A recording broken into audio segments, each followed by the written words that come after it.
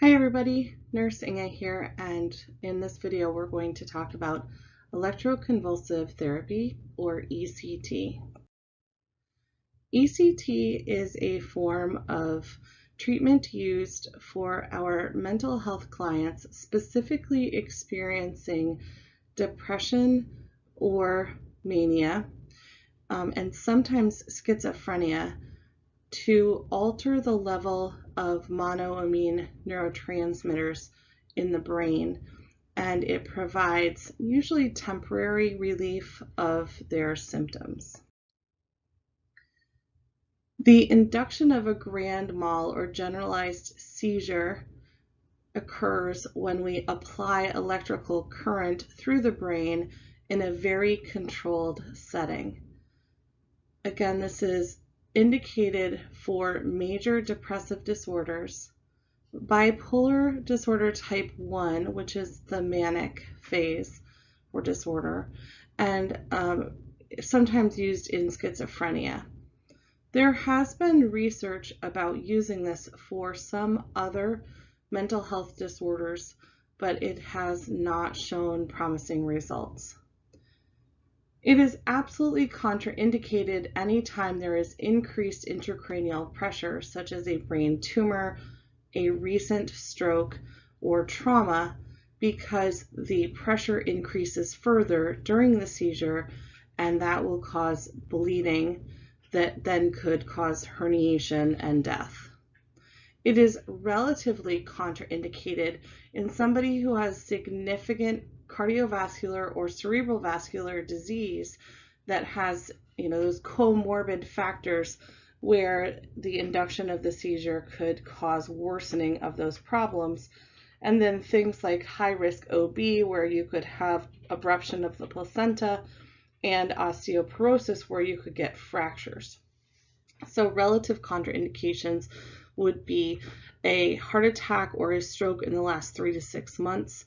If you have an aneurysm anywhere within the aorta or the brain, and if you have chronic high blood pressure or congestive heart failure, and then any acute or chronic respiratory disorders because of the risk of respiratory complications, high-risk OB, and osteoporosis.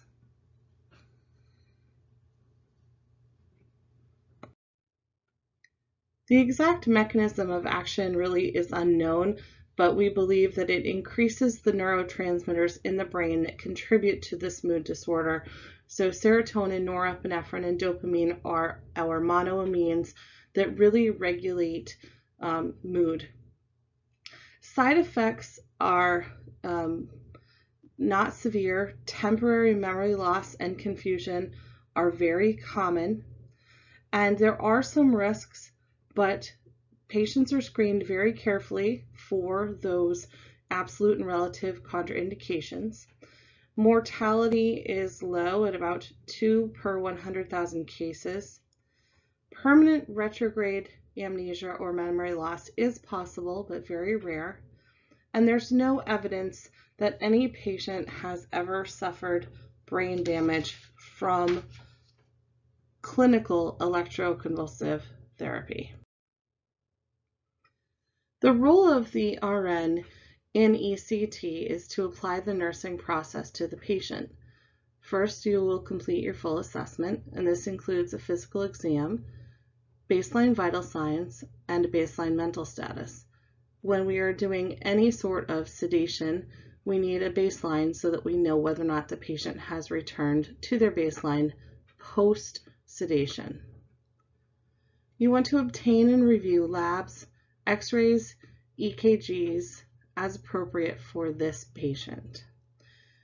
The physician is legally responsible to inform the patient of the risks and benefits of the procedure and to get informed consent signed, and then the nurse is legally responsible to ensure that informed consent has been signed prior to the procedure. So you need to just review the page and make sure it was signed. Patients with major depressive disorder and even bipolar disorder type 1 with mania do have an increased risk of suicidal behaviors. So we need to watch for and Monitor for suicidal ideation, because those patients may have an increased risk of suicidal behaviors during therapy. Your suicide assessment of the patient must continue throughout the entire duration of ECT therapy due to the increased risk of suicide as the depression is resolving. Your nursing diagnosis will be specific to the patient and their needs at the time, and then you will plan and implement your care. For ECT, they should be NPO 6 to 8 hours prior to the treatment to prevent aspiration.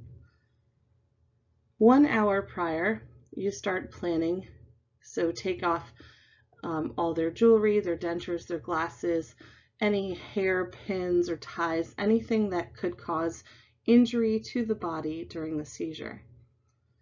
And you want to take their vital signs. So this would be their baseline vital signs. 30 minutes prior to the procedure, we would administer our pre-treatment medication, such as an anticholinergic, atropine or glycopyrrolate, which would decrease salivation and vagal response. So that decreases the risk of bradycardia, which could then cause a decrease in cardiac output and hypotension, and also decrease salivation, which could cause aspiration. Again, it's important to stay with the client to give reassurance, decrease anxiety, and monitor for those suicidal behaviors. In the treatment room, the IV line is started, if it wasn't already, for the pre-medication. And anesthesia gives sedation medications such as methotrexate and propofol, and then paralytics so that the patient doesn't have violent seizures and injury to self. Prior to the administration of the succinylcholine, we will often put a blood pressure cuff on the lower extremity, as you can kind of see in this picture. And the cuff is inflated above systolic blood pressure prior to the succinylcholine. And this allows the foot to seize without the foot being paralyzed, essentially. So the succ doesn't make it to the foot. During the ECT treatment, the body is flaccid due to the paralytics, but the foot will seize. And so you can actually monitor to make sure that your treatment is effective without having a full grand mal seizure. The patient should be placed on all monitors. So that includes cardiac monitor, end-tidal CO2, SpO2 monitoring. You want to keep a careful eye on them. And then airway and oxygen should be established, right? So if you look at pictures, there's kind of this, it looks kind of like a mouth guard that's put in the mouth, and it just helps protect from breaking teeth or biting the tongue. And then oxygen is used to maintain a good saturation during the seizure. Suction resuscitation equipment should be sized so that you're sure that they're appropriate for that patient, and they should be readily available during the procedure. An electrical current then is delivered through the electrodes on the scalp with the provider present, and the seizure occurs. Recovery then after the event is in the PACU, and it takes about 1 to 2 hours until the patient returns back to baseline.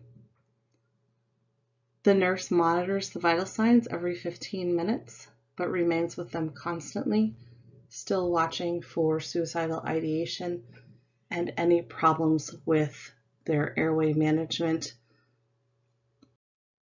And lastly, we evaluate: were the goals met and was safety maintained?